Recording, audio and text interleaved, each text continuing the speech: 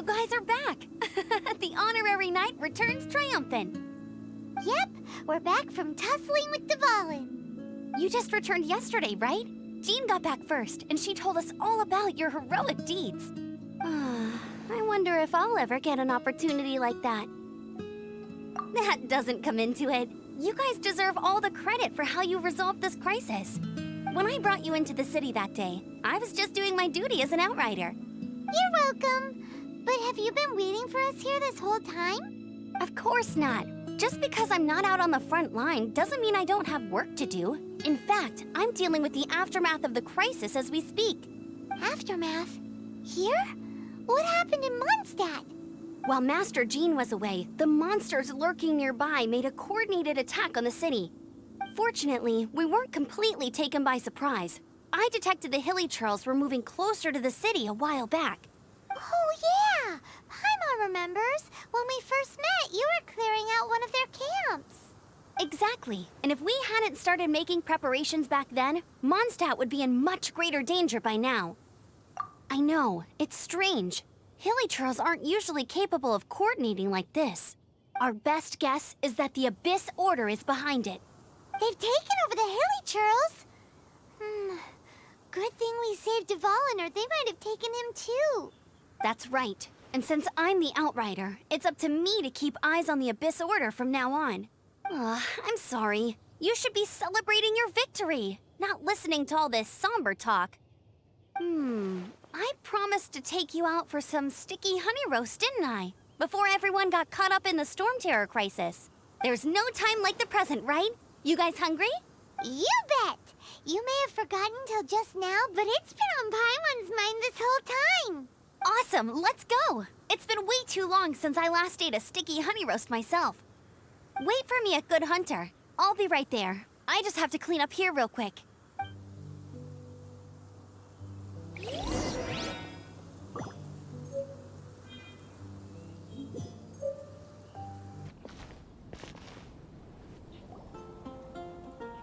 Greetings. May I take your order? Why so cold? I've always thought that we enjoy quite the intimate friendship. It seems your great battle sharpened not only your combat skills, but your wit as well. A knight after my own heart. To bask in the presence of Mondstadt's new big hero is quite the morale boost. And that's coming from a knight. Sweet-talking, sugar-coated Captain Kaya. Nonsense. I speak from the heart. Me? Nothing. On the contrary, I'm trying to work out what others are plotting. That's why I'm here. Somewhere quiet, where I can collect my thoughts. So what you thinking about then? The Abyss Order. A dragon wreaks havoc in Mondstadt, and the acting Grand Master leaves the city to combat the threat. Strategically, that's the perfect moment for the Abyss Order to make their move. If you were the Abyss Order, would you squander this golden opportunity by sending in nothing more than a few Hilly Churls? To get to the bottom of it, I decided to wait. So I waited, and watched for their next move. Then came the day you made all hell break loose in Storm Terror's lair. Just as the Hilly Churls' cries sounded from the city gates. That same day, I saw shadowy figures lurking in the city itself. Inside the city? Well, all the other knights were outside, fighting the enemy. As you can imagine, that left the inside of the city completely unguarded. Except for me, of course.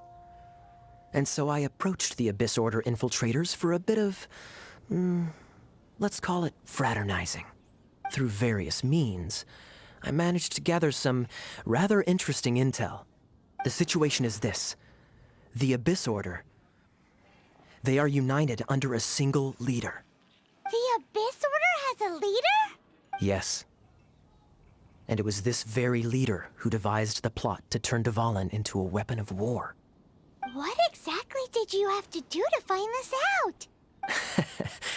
Let's just say I'm blessed with certain linguistic powers. There's more. The Abyss Order has a name for this leader. They call him the Prince. Now, I'm sorry to cut this intelligence briefing short, but I do believe I spy Amber heading this way. I think she's still angry with me for my absence from the defense effort during the attack. I'd better slip away before she notices me.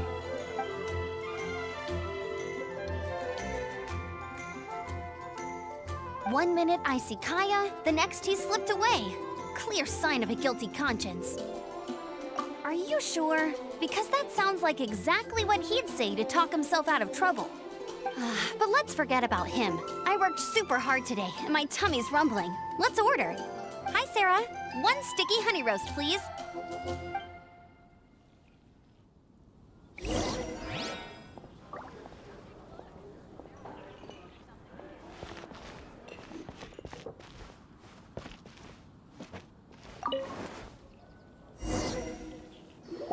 So, now the Storm Terror threat is behind us. What are your plans for the next step? Paimon thinks it's time to leave Mondstadt and keep looking through the 7 nations until we find clues about his sister. Huh, really? Oh, well, I guess this is goodbye for now. Hey, don't feel down. You'll always be a friend of the Knights of Avonius and our honorary knight, wherever you may go and wherever the wind may blow. That's the spirit. Remember, Mondstadt will always welcome you. All right, now let's eat before it gets cold.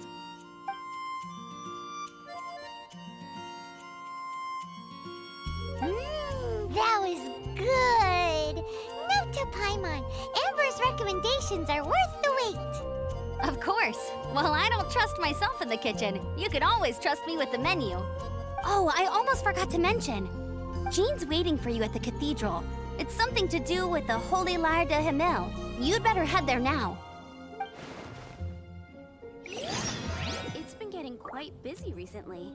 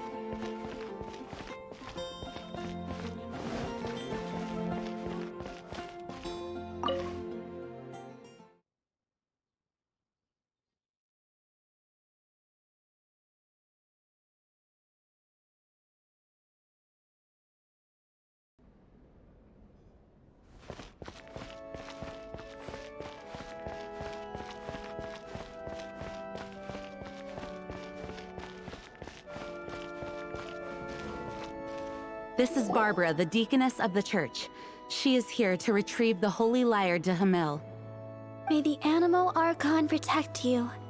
I'm not really in a position to speak compared to our acting Grand Master, but I still want to thank you all on behalf of all of Mondstadt for your assistance. Fortunately, everything was resolved peacefully. I can't imagine how an all-out war between the military and the dragon would have ended. Now the Fatui have no choice but to keep their mouths shut. They must be annoyed that things didn't turn out as planned for them. This time, they even lost their best excuse to pressure the Knights of Favonius. Diplomatically speaking, they gained nothing, and on the contrary, simply proved just how vexatious they can be. Sounds like quite the story. So, did you bring the Holy Lyre with you? We cannot ask you to keep defending the lyre forever. The Seneschal has been pressing me for a while now. We, did bring it with us. It's a little... Oh, don't worry. I'm not here to collect rent. The church has always received special funding. The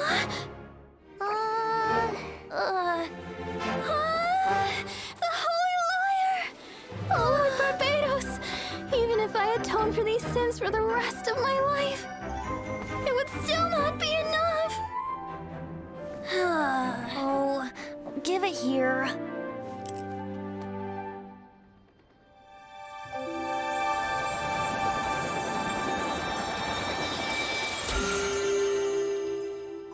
How could this holy liar, but how?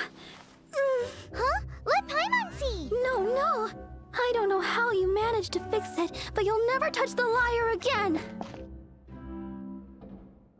We, really should get going. That trick I used to repair the Holy Lyre. I mean, the magic I used isn't going to hold forever, you know. What?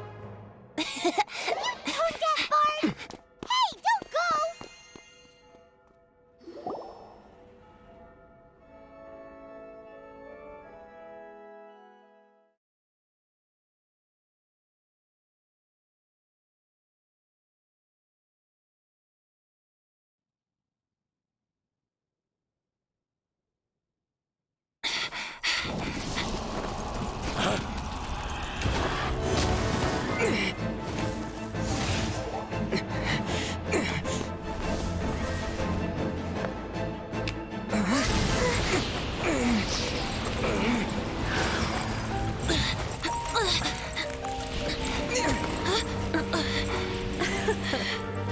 At last, Mondstadt's rodent ruler in the flesh.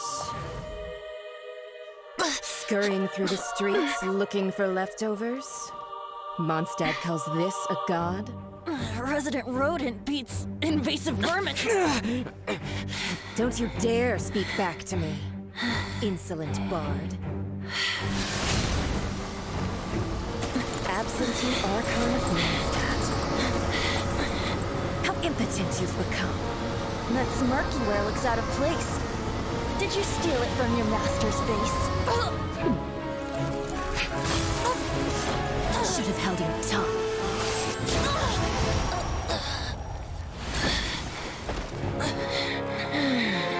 So, this is a gnosis. Wouldn't be caught dead wearing this ugly thing in public. Beauty is a waste when the beholder has no taste.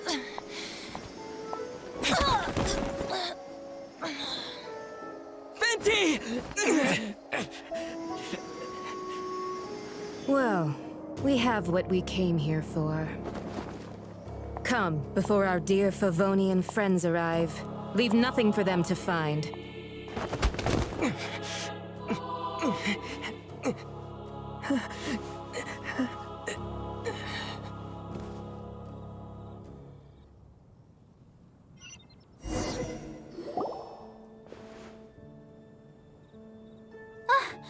Honorary Knight, you're awake.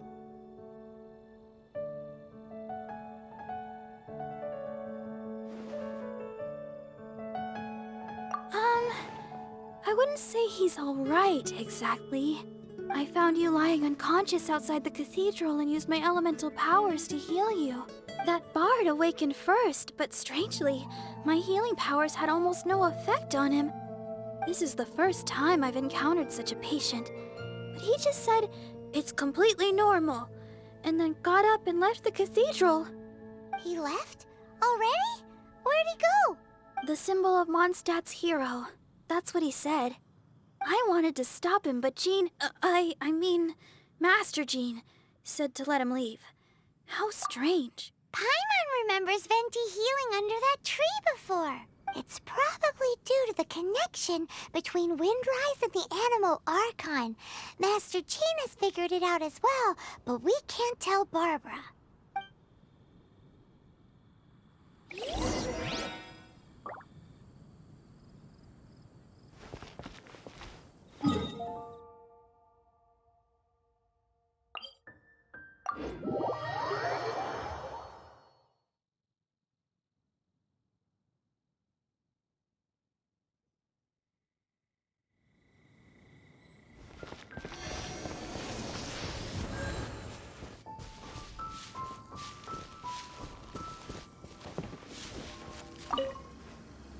The wind amongst the branches is good. I love the way it smells. I said the exact same thing last time. Why do I only say these things when I'm down on my luck? So you noticed. This isn't something I'm meant to discuss with ordinary people. But I suppose I can let you in on the secret. As you know, visions are external magical foci that only a small minority of people possess. They use these visions to channel elemental power. In truth, every wielder of a vision is one who can attain godhood and ascend to Celestia. We call such people allogenes. Allogenes? Paimon's never heard of them before. That's because this is a secret that only Archons are privy to. We don't need primitive tools like visions. Instead, each Archon has an internal magical focus that resonates directly with Celestia itself, known as a gnosis. It's just a glowing glass ball I carry around to avoid suspicion. So who was that nasty woman who sent Paimon flying and stole your gnosis? Her name is Signora, number 8 of the Harbingers. She and the rest of the Harbingers have been given godlike executive authority by the Tsaritsa of Snezhnaya, and with it, strength surpassing that of other mortals. The Tsaritsa of Snezhnaya? Isn't that... Indeed. She is one of the 7, the Tsaritsa who reigns from her winter palace, and the one person that the Fatui Harbingers all answer to. The 7 don't always get along well, but still. I never thought that she would plot to steal another Archon's gnosis. How should I put this? 500 years ago, I knew her well. But I can't say the same is true now. You see, a certain catastrophe happened 500 years ago, and after that, she cut off all ties with me. But we can save discussion of the Cryo Archon and the Fatui for another day. If you seek the rest of the 7, many difficulties lie ahead of you still. You should head for Mondstadt's neighboring nation of Liyue. The Geo-Archon who reigns there, unlike me, administrates his entire region personally. He only descends once every year to give his divine predictions, which set the direction for Liyue for the rest of that year. Even so, it sounds like he works much harder than a certain someone, In any case, this year's Rite of Descension is soon to begin. If you miss it, you'll just have to wait another year. What? Oh, why didn't you tell us before? Well, then bye! We're going! One moment, Windborn Outlander. Just use it gratefully. Or, better yet, treat me to a glass of dandelion wine.